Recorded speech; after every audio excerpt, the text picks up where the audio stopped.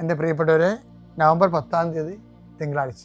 അമ്മേ പരിശുദ്ധ അമ്മേ, അമ്മേ പരിശുദ്ധ ദൈവമാതാവേ, കൃപാസനത്തിലൂടെ ഞങ്ങൾക്കും ഞങ്ങളുടെ ദേശത്തിനും അമ്മ മധ്യസ്ഥം തേടി തന്ന എല്ലാ അനുഗ്രഹങ്ങൾക്കും കൃപകൾക്കും ഞങ്ങളിപ്പോൾ ഹൃദയം നിറഞ്ഞ നന്ദി പറയുന്നു. അമ്മേ പരിശുദ്ധമ്മേ ദൈവമാതാവേ, 2004 ഡിസംബർ 7 ഉച്ചകഴിഞ്ഞ് 2:30 കൃപാസനത്തിൽ സംഭവിച്ച അമ്മയുടെ പ്രത്യക്ഷപ്പെടലിനെ കുറിച്ച് തിരുസഭയ്ക്ക് സമർപ്പിച്ചിരിക്കുന്ന പഠനരേഖകളുടെ മേൽ സഭാത്മകമായ പഠനം ആരംഭിക്കുവാൻ ഞങ്ങൾ പ്രാർത്ഥിക്കുന്നു. അമ്മേ പരിശുദ്ധമേ, ഭൂസ്വർലോകങ്ങളുടെ രാജ്ഞിയായ അങ്ങേയ്ക്ക് ഭൗമസംരക്ഷണത്തിനായി പ്രപഞ്ചപ്രകൃതിയെ തന്നെ തിരുസഭ പ്രതിഷ്ഠിക്കുവാൻ ഈ പ്രത്യക്ഷീകരണം വഴി ഇടയാക്കണമേ. പരിശുദ്ധമേ, ജപമാല മാതാവേ, സകല കൃപാസനം പ്രാർത്ഥനയോടും ചേർത്ത് ഞങ്ങളിപ്പോൾ പ്രാർത്ഥിക്കുന്ന ഈ കുടുംബത്തിന്റെ പ്രത്യേക നിയോഗം പറ മക്കളെ.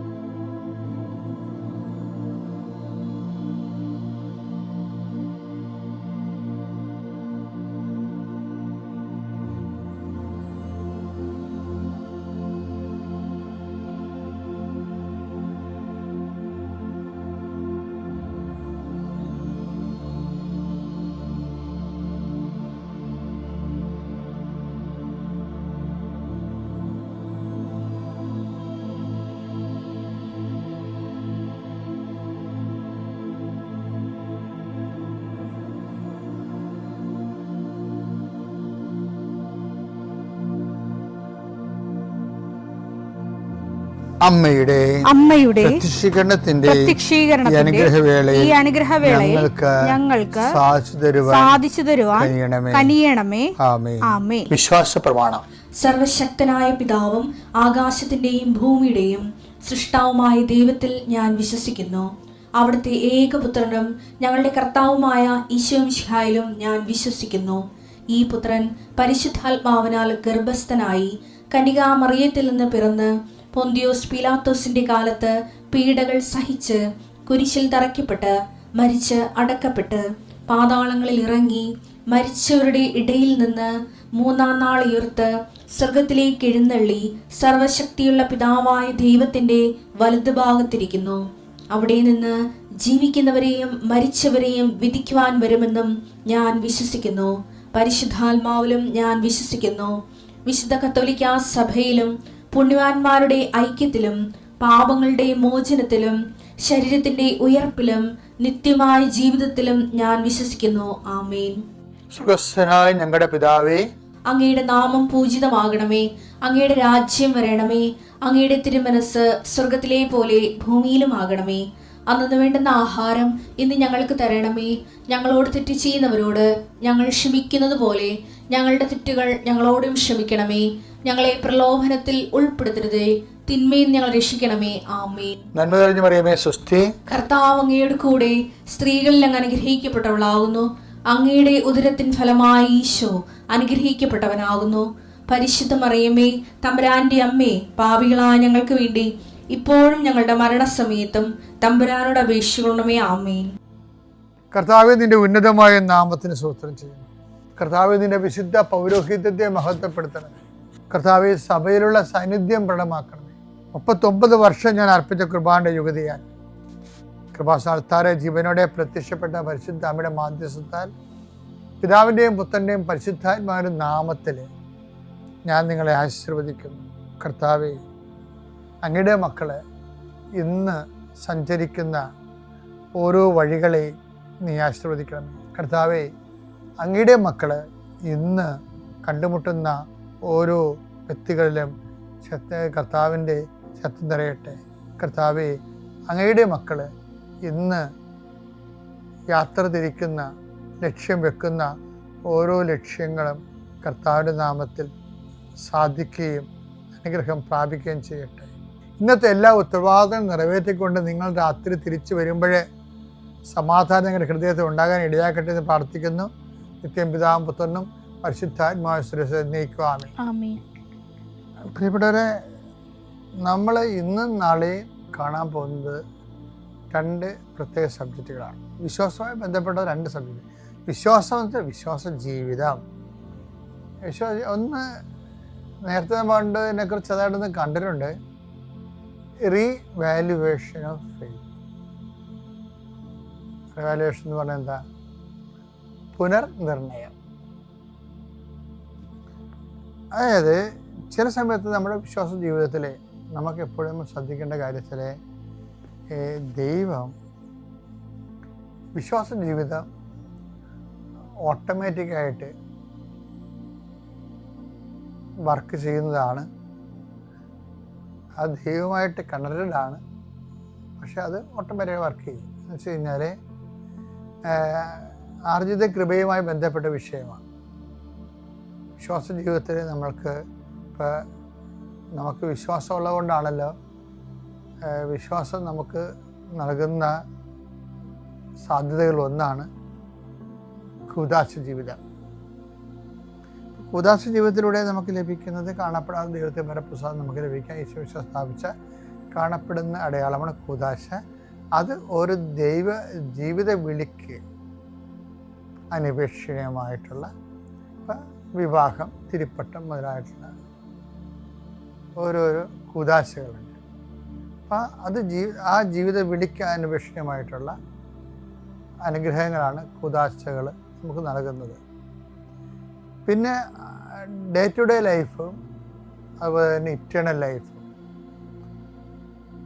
ഡേ ടു ഡേ ലൈഫിനും ഇറ്റേണൽ ലൈഫിനും നമുക്ക് ദൈവത്തിൻ്റെ പവർ അല്ലെ പ്രസാദവരം ആവശ്യമാണ്.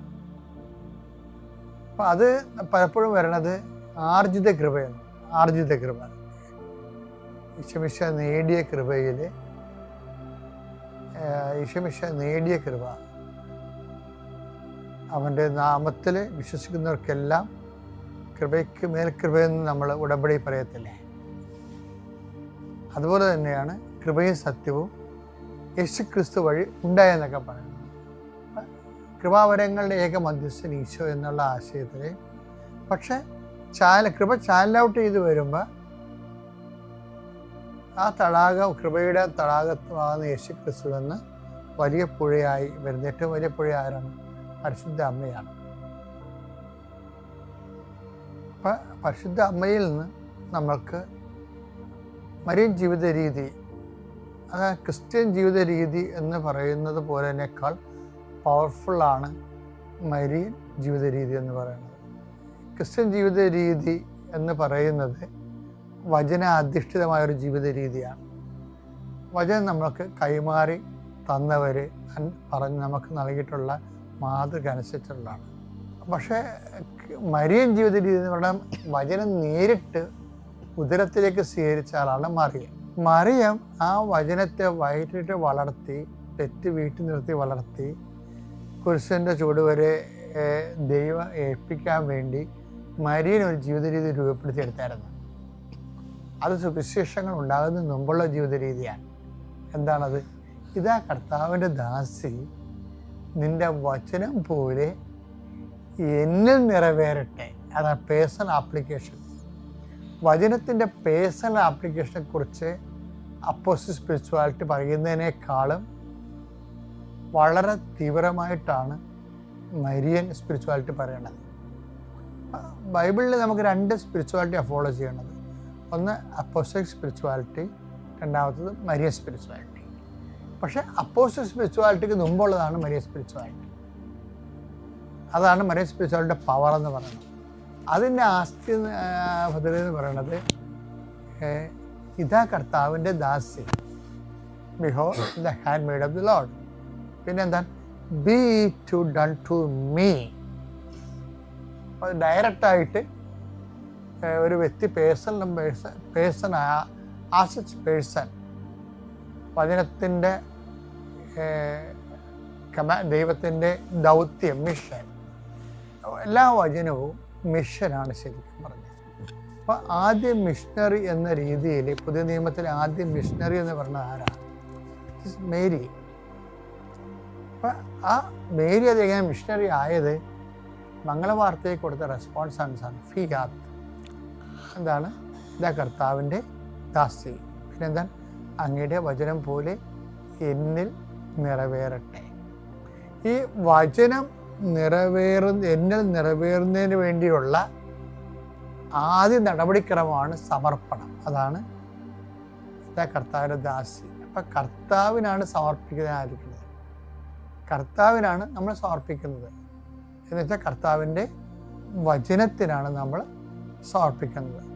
വചനം അനുസരിച്ച് ജീവിക്കുമ്പോൾ, വചനം മാത്രമല്ല, സഭയിലാകുമ്പോൾ ഉണ്ടാകുന്ന വിഷയം സുവിശേഷം ഉണ്ടാകുന്നതിന് മുമ്പ് ഉണ്ടായിട്ടുള്ള ഒരു സോഴ്സുണ്ട്, ദൈവിക വെളിപാടിൻ്റെ. അതെന്താണ്? അത് ട്രഡീഷനാണ്, പാരമ്പര്യമാണ്. അത് സുവിശേഷം ഉണ്ടാകുന്നതിന് മുമ്പ് ഉണ്ടായതാണ്. സുവിശേഷം ഒരു ഫസ്റ്റ് തെസ്സലോനിക്ക ലേഖനങ്ങളൊക്കെ എഴുതുന്നതാണ് ആദ്യത്തെ പുസ്തകങ്ങൾ. റിട്ടേൺ എഡിഷനിൽ വരണത് തെസ്സലോനിക്കയാണ്. അപ്പം അതിന് മുമ്പ് ട്രഡീഷനുണ്ട്. അതിനു മുമ്പുണ്ടായിരുന്ന പരിശുദ്ധ കുർബാനയെല്ലാം ട്രഡീഷണലായിട്ടാണ് ചെയ്തുകൊണ്ടിരുന്നത്. അത് പരിശുദ്ധ കുർബാനയും അതിനോട് വന്ന ജ്ഞാനസ്ഥാനങ്ങളും ഒക്കെ ട്രഡീഷണലായിട്ടാണ് ചെയ്തുകൊണ്ടിരുന്നത്, പാരമ്പര്യമായിട്ട്. അതിനുശേഷമാണ് അത് റിട്ടേൺ ആയത്. മനസ്സിലായത്? അതുകൊണ്ടാണ് സഭയുടെ ട്രഡീഷൻസ് നമുക്ക് ഹോളി ആയിരിക്കുന്നതിൻ്റെ കാരണം അതാണ്. കാര്യം ആ ദൈവികമായ പദ്ധതികളെല്ലാം ആദ്യം നമുക്ക് തന്നത് പാരമ്പര്യം അനുസരിച്ചാണ്. അപ്പം ആ പാരമ്പര്യമൊന്നും ഇല്ലാത്ത സഭാകൂട്ടങ്ങൾ, ക്രിസ്ത്യൻ ഗ്രൂപ്പുകളൊക്കെ ഉണ്ടാവില്ല. അപ്പം അവർക്ക് ആ പാരമ്പര്യങ്ങളോ ഹിസ്റ്ററിയോ ഒന്നും ഉണ്ടാകത്തില്ല. അവർ പക്ഷെ അതിനെ നിഷേധിക്കും. അത് രക്ഷപ്പെടാൻ വേണ്ടി ചെയ്യുന്ന പരിപാടിയാണ്. എനിവേ, ഞാൻ പറഞ്ഞു വരുന്നതിൻ്റെ വിഷയം, ഇങ്ങനെ മാതാവാണ് ഫസ്റ്റ് ഫെയ്ത്ത്ഫുൾ എന്ന് പറയുന്നതും ഫസ്റ്റ് ഡിസൈപ്പിൾ എന്ന് പറയുന്നത്. അപ്പോൾ ഈ മാതാവിൻ്റെ വിശ്വാസ ജീവിതത്തിൽ, അമ്മയുടെ ജീവിതത്തിൽ ഒത്തിരിയേറെ ഡാർക്ക് ഏജസ് വന്നിട്ടുണ്ട്. ഡാർക്ക് ഏജ് നമ്മളുടെ ജീവിതത്തിൽ എല്ലാം വരും. പക്ഷെ ഡാർക്ക് ഏജ് വന്നാലും അമ്മ മുന്നോട്ട് പോകും. ഡാർക്ക് ടൈം ഉണ്ടാവും. അപ്പം ഇതിനാണ് നമ്മൾ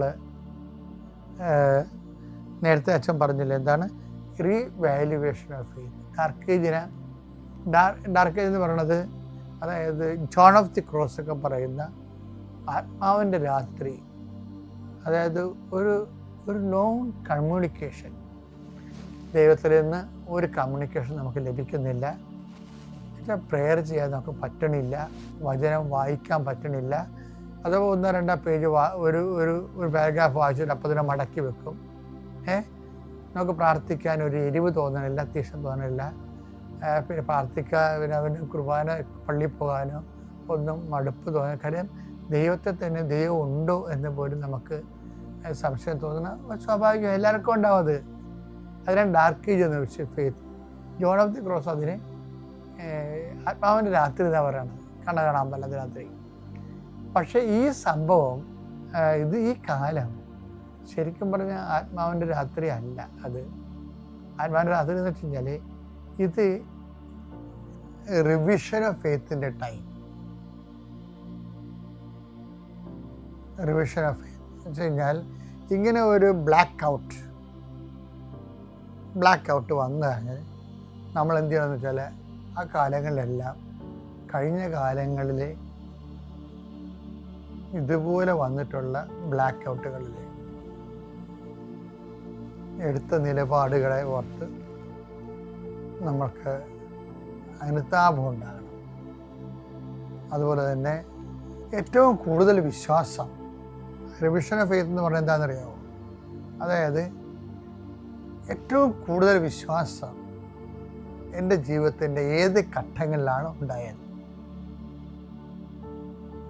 അതിനാണ് അത് ആ ദൈവം തന്നെയാണ് ഇപ്പോഴും ജീവിച്ചിരിക്കുന്നത്.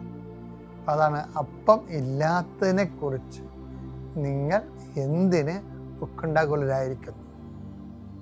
5000 പേരെ തീറ്റിപ്പോറ്റിയ 5 അപ്പത്തെ കുറിച്ച് 7000 പേരെ തീറ്റിപ്പോറ്റിയ 4 അപ്പത്തെക്കുറിച്ചും നിങ്ങൾ ചിന്തിക്കുന്നില്ലേ? അതാ വിഷയം. അത് വെച്ചാൽ ഈ ഇല്ലായ്മ വരുമ്പോൾ, വിശ്വാസം ഇല്ലായ്മ വരുമ്പോൾ വിശ്വാസ സമൃദ്ധമായ ഒരു ഇന്നലകളെക്കുറിച്ച് നമ്മൾ ചിന്തിക്കണം.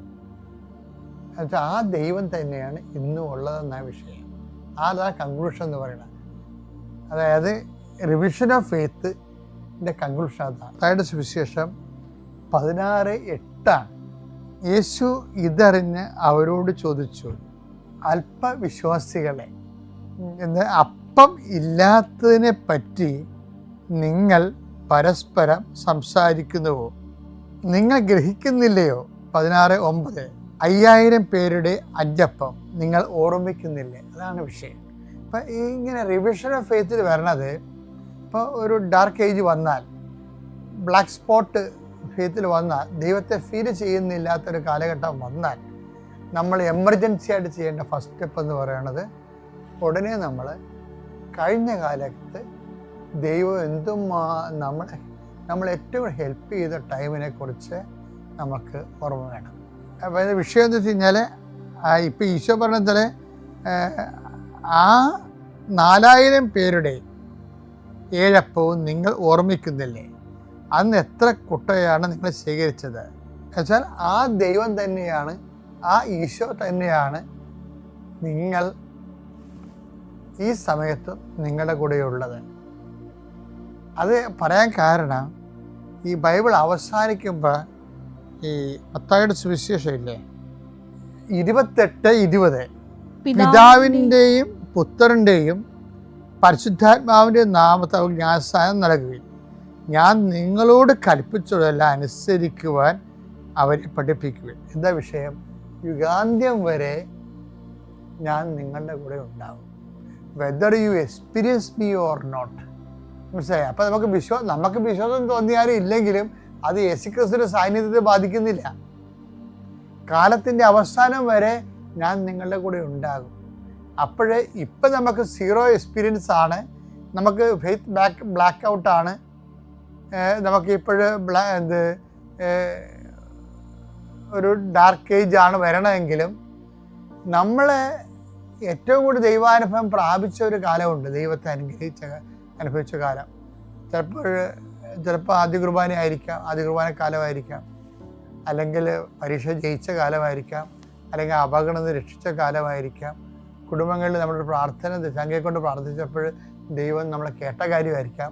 പക്ഷേ ഇപ്പോഴത്തെ സങ്കടം കൊണ്ട് നമ്മളത് മറന്നു പോണതാണ്. ദൈവം ഇല്ലാത്ത കൊണ്ടല്ല, ഇപ്പോഴേ സങ്കടം കയറിയപ്പോൾ നമ്മൾ പഴയ എക്സ്പീരിയൻസ് എല്ലാം മറന്നു പോകുമ്പോൾ കർത്താവ് തരുന്ന മരുന്ന് എന്താണ്?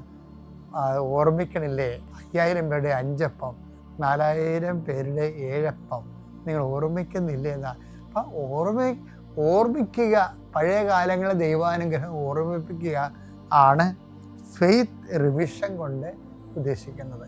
അത് ഈ ആത്മാവിൻ്റെ രാത്രിയിലാണ് നടക്കേണ്ടത്. വിശ്വാസത്തിൻ്റെ ഇരുണ്ട രാത്രി, 0 ഗോഡ് എക്സ്പീരിയൻസിൻ്റെ ടൈമിന് അങ്ങനെ വരാം. അപ്പോൾ തന്നെ എമർജൻസി ആയിട്ട് ഓർക്കുക, മത്തായിയുടെ 28:20 കാലത്തിൻ്റെ അവസാനം വരെ ഈശോ പറഞ്ഞിട്ടുണ്ട്. നമ്മുടെ കാലമായാലും പ്രപഞ്ചത്തിൻ്റെ കാലമായാലും ഗോഡ് ഈസ് പ്രസൻറ്റ്. ഒരിക്കലും ഗോഡ് ആബ്സെൻ്റ് അല്ല. അപ്പം അതുകൊണ്ട് തന്നെ നമ്മുടെ ഒരു ഏറ്റവും എമർജൻസി ആയിട്ടുള്ള ഫസ്റ്റ് എയ്ഡ് എന്ന് പറയുന്നത് പൂർവ്വകാലങ്ങളിൽ ദൈവത്തിൻ്റെ ആ മാനിഫെസ്റ്റേഷൻ റീകോൾ ചെയ്യുക, ദൈവത്തിൻ്റെ അനുഗ്രഹങ്ങളെ ഓർത്തെടുത്തിട്ട് നന്ദി പറയുക.